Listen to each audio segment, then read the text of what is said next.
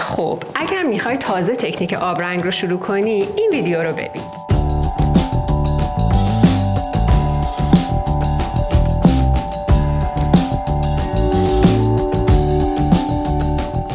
سلام به همگیتون، امیدوارم که حالتون عالی باشه. من شیرینم و خوش اومدیم به کانال یوتیوب من. امروز میخوایم بریم سراغ مبحث شیرین آبرنگ. خیلی توی کامنت ها برام نوشته بودین که چرا آموزش آبرنگ نمیذاری برای مبتدی ها، نقاشی آبرنگ نمیذاری. یه نکته رو بگم، اگه من راجع به تکنیکی خیلی ویدیو نمیذارم توی کانال، چون حس میکنم خیلی توی اون زمینه تبحر ندارم که بخوام به شما منتقل بکنم، چون نمیخوام خدای نکرده مطلب اشتباهی به شما منتقل بشه. ولی توی این ویدیو تصمیم گرفتم که تکنیک های اولیه آبرنگ رو بهتون آموزش بدم، چون خودم سالهاست آبرنگ کار میکنم، به صورت دلی و تجربی کار میکنم. برای همین تصمیم گرفتم تکنیک های اولیه رو بهتون یاد بدم، ابزار رو کامل بهتون توضیح بدم که اگه خواستین شروع بکنین بدونین ابزار چیه، قدم های اولیه چیه، که اگه استارت رو زدین و خوشتون اومد دیگه خودتون برین تحقیقات کنین و خودتون رو بهتر بکنین و دیگه وارد دنیای شیرین آبرنگ بشین. پس با من همراه باشین.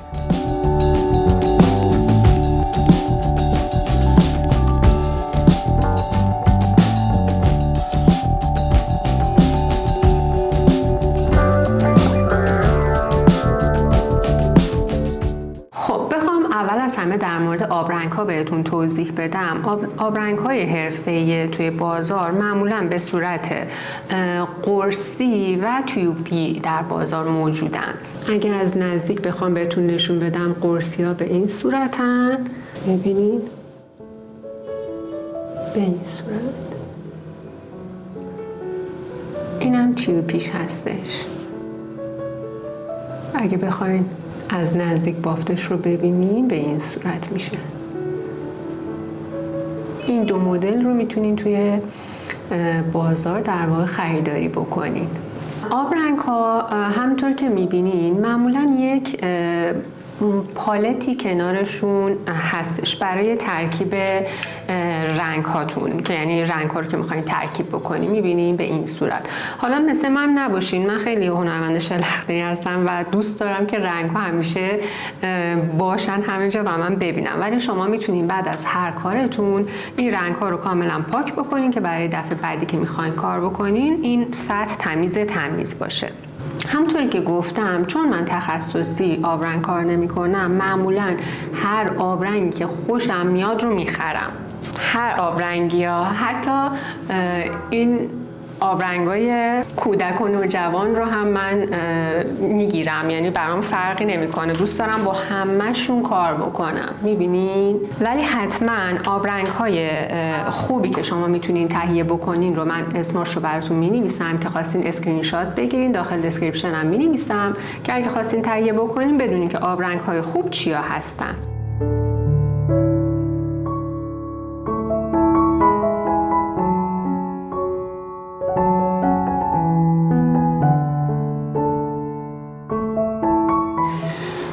مبحث مقواها رو اگه بخوام بهتون توضیح بدم، ببینید مقوایی که شما برای آبرنگ میخواین استفاده بکنین باید از درصد کتان بالا ترجیحاً درست شده باشه و اینکه گرم بالایی داشته باشه تا در واقع اون آب رو به خوبی به خودش جذب بکنه و مقوای شما تاب بر نداره، بافتش تغییر نکنه. الان من 3 نوع مقوا اینجا دارم: مقوای فابریان و اشتنباخ و مقوای دستساز آبرنگ که از بالاترین میزان کتان توش استفاده شده. ببینین این مقوای دستساز هستش. حالا من سعی میکنم تا جایی که بشه کامل بیارم جلو که شما ببینین. حتی لبه هاشو میبینین به چه صورته. شما باید وقتی روی مقوای آبرنگ دست میکشین یه همچین صدایی بده، بعد یه حال زبرطوری به شما بده و سطح ناصافی داشته باشه. این بهترین مقوای آبرنگ میشه برای شما. یک مقوای دستساز 300 گرمی که از بالاترین میزان کتان توش استفاده شده باشه. مقواهای دیگه مثل فابریانو و اشتنباخ هم همونطور که میبینین این بافت ها رو دارن. اگه بخوام یه مقایسه‌ای براتون در واقع انجام بدم، یه مقوای خیلی ساده و صاف رو هم میذارم کنار اینا که ببینید. صدای اینو میبینید؟ دست قشنگ سر میخوره روی یه مقوای معمولی، ولی روی اینا قشنگ یه جنس ناصاف و بافتاری رو زیر دستتون حس میکنین. پس مقوای صاف و معمولی رو اصلا ما استفاده نمی کنیم. کاغذ که دیگه اصلا استفاده نکنین. خیلی از دوستان اشتباهشون اینه که روی دفتر نقاشی های عادی و کاغذهای عادی شروع میکنن آبرنگ رو در واقع آغاز میکنن به کار کردن، که اشتباه محضه. حتما روی مقوای درست باید کار بکنین. مورد دیگه ای هم که میتونین استفاده بکنین دفترهای آبرنگ موجود در بازاره، که برای شروع کارتون اتفاقا بد نیست که مجموعه نقاشیاتون رو توی این دفترها در واقع شروع بکنین. ببینید این دفترها هم روشون مشخصات رو نوشته که چند گرم هستش، به چه صورت، ابعادش چیه. ببینین هم ضخامتاشون هم گرم هاشون رو در واقع میتونین چک بکنین. ابعاد بزرگترش هم هست. بخوام برگه خالی پیدا کنم، میبینیم بافتش رو. به نظر من دفتر هم خیلی گزینه خوبی میتونه براتون باشه برای شروع کار. دیگه لازم نیست که هی اون مقواهای مختلف رو در واقع برش بزنین و کار بکنین. میتونین روی این دفترها قشنگ کار خودتون رو شروع بکنین.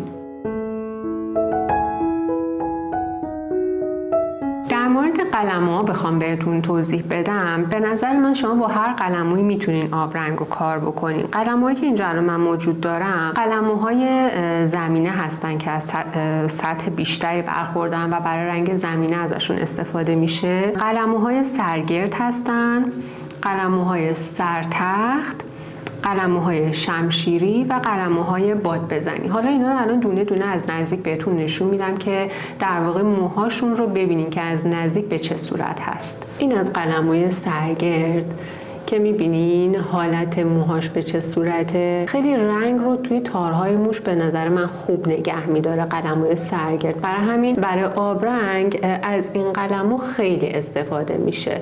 الان این قلمویی که من دارم از برند پارس آرت هستش. قلموی بعدیمون قلموهای شمشیری هستن. همونطور که میبینین، امیدوارم که مشخص باشه، یه لبه در واقع کج دارن.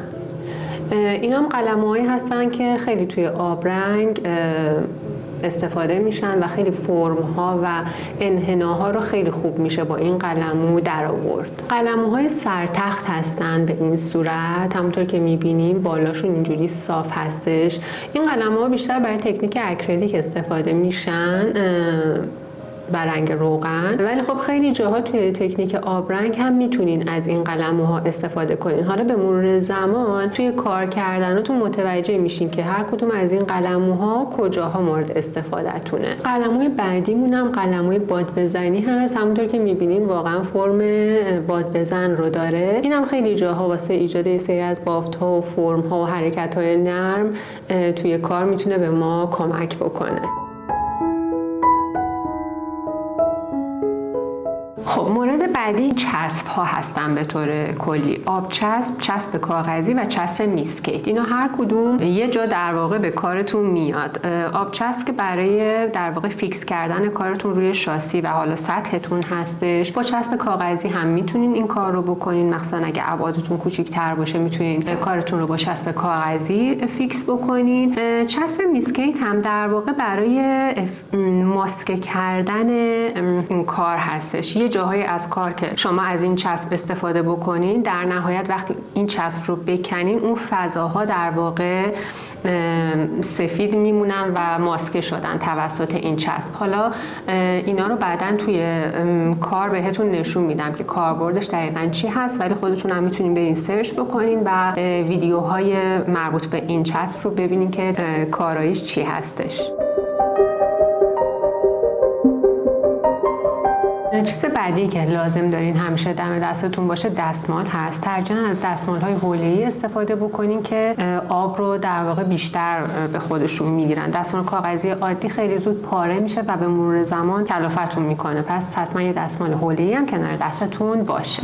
یه اسپری آب هم ترجیحاً داشته باشین کنار دستتون. حالا چه برای خیس کردن قرص‌های رنگتون میتونه به کارتون بیاد، چه برای خیس کردن سطح کارتون، ولی حتما دقت داشته باشین که میزان آبی که ازش میاد هم خیلی زیاد نباشه، هم به صورت پودری باشه و خیلی تیز آب رو به سطح شما در واقع نپاشه. پس پودری بودن پاشش در واقع این آب خیلی مهمه. چیزی که خیلی مهمه برای آبرنگ به نظر من، البته نه فقط آبرنگ، تکنیک اکریلیک هم من خودم این کارو میکنم، همیشه 2 تا لیوان آب کنار دستتون داشته باشین. یه لیوان در واقع برای گرفتن اون زهر رنگ و شدت رنگی که توی این کاملا شستشوی قلمتون رو انجام بدین و با این یکی دیگه تهمونده رنگ و شستن نهایی قلمتون رو انجام بدین. همینطور میتونه برای رنگ‌های سرد و گرم باشه یا رنگ‌های تیره و روشن باشه. با یه آب رنگ‌های تیره‌تون رو شستشو بدین، با یه آب رنگ‌های روشنتون رو، چون وقتی غیر این باشه، وقتی که قلمتون رو توی قرص رنگ بزنین تاثیر میذاره روی اون رنگ و رنگ‌ها رو چرک میکنه. پس بهتره که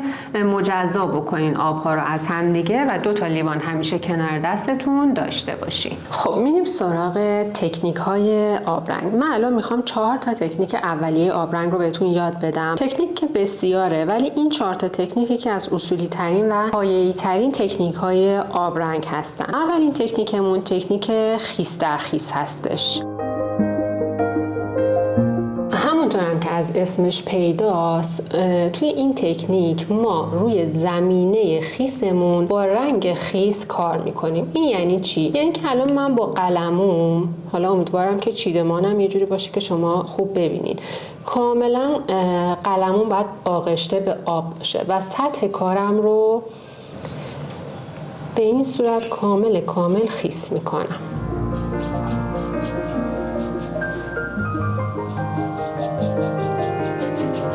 و رنگی هم که میخوام روی این زمینه کار بکنم باید خیس باشه. یعنی چی؟ یعنی همونطور که میبینین من قلممو میزنم توی رنگم و کاملا با آب رقیقش میکنم و خیسش میکنم، اگر که مشخص باشه. و روی کارم به این صورت میکشم. حالا اگه خواستین از رنگ‌های دیگه هم میتونین استفاده بکنین. مثلا اگه بخوام آبی رو بزنم، میبینین چه ویژگی رو در واقع به ما میده. کاملا یه حالت ابر و بادی به ما میده و رنگ ما اصلا لبه نداره و تفکیک نشده از زمینه و کاملا محو و پخش هستش روی سطح کار ما و به این صورت میشه که ما قشنگ میتونیم رنگ هامون رو با هم دیگه خیلی نرم و قشنگ ادغام بکنیم، همینطور که میبینید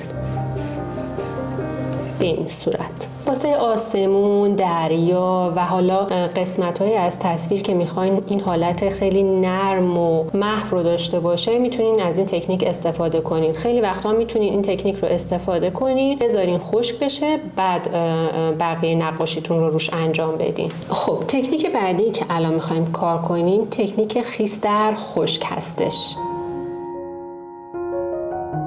همونطور که از اسمش پیداست، ما رنگ خیسمون رو روی زمینه خشکمون در واقع میخوایم کار بکنیم. پس این دفعه به زمینمون اصلا آب نمیزنیم و فقط رنگمونه که پروسه پرآبی و رقیق شدن و خیس شدن رو باید طی بکنه. توی یکی از رنگام میزنم. چه رنگی بزنم؟ مثلا آبی.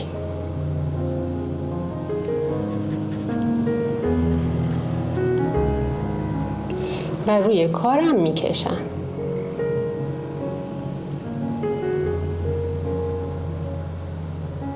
میبینین اینجا توی این تکنیک ما اون تفکیک رنگ و زمینه رو در واقع داریم و اون مرز رو بین رنگ و زمینمون میتونیم کاملا ببینیم و دیگه اون حالت پخش شدن به اون صورت زیاد برای ما اینجا دیده نمیشه.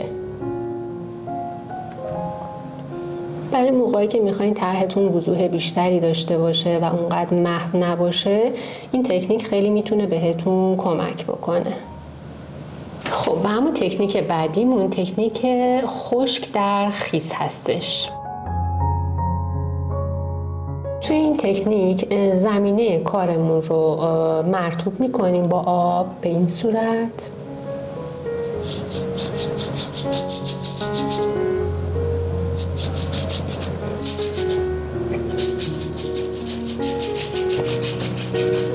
و بعد کاری که میکنیم قلموی خشکمون رو میزنیم داخل رنگ. ما در واقع یه رطوبت خیلی کم باید فقط به این قلمو وارد بکنیم و توی رنگ بزنیم. اصلا نمیخوایم رنگ ما رنگ رقیقی باشه. ببینیم به این صورت. خروجی نهایی رنگی که به ما میده به این صورت میشه در واقع. تکنیک خیس در خیس اگر یادتون باشه، اگر بخوام بهتون نشون بدم، میبینین رنگ ها چقدر محو و رقیق بودن، ولی تو تکنیک خشک در خیس رنگ ها منسجمتر و پررنگتر هستن در واقع. هرچی زمینه کارتون رطوبتش کمتر باشه، این انسجام در واقع بیشتر میشه. هر چقدر که بیشتر باشه رطوبت، هی این رنگ بیشتر و بیشتر پخش میشه. هر جای کار هم خواستین میتونین دوباره رنگ رو به کارتون اضافه کنین و هر قسمتی رو که خواستین در واقع پررنگ تر بکنین. همش بازی با رنگ و آب دیگه. این تکنیک بسته به نقاشی که خودتون میخواین بکنین و حالا تجربیاتی که خودتون دارین، کاملا میتونین این آزمون و خطاها رو روی کارتون انجام بدین تا به اون نتیجه نهایی که مطلوبتون هست برسید. و تکنیک آخری هم که الان میخوایم کار بکنیم تکنیک خشک در خشک هستش.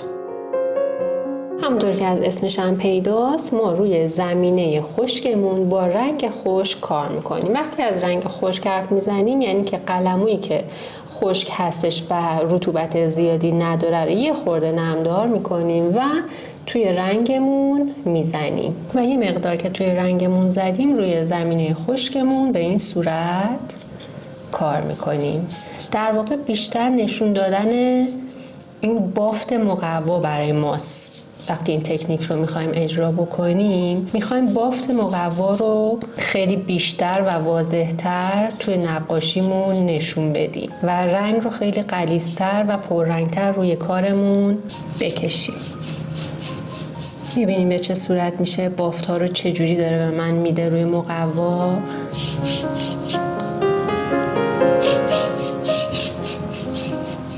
به این صورت. حالا توی نقاشی وقتی که خودتون اجرا میکنین کار رو متوجه میشین که این حرکت‌های قلم و این در واقع حرکت خشک روی مقوا ایجاد بافت و حالا نشون دادن این بافت مقوا چقدر به تکنیکتون کمک میکنه و نقاشیتون رو زیباتر میکنه.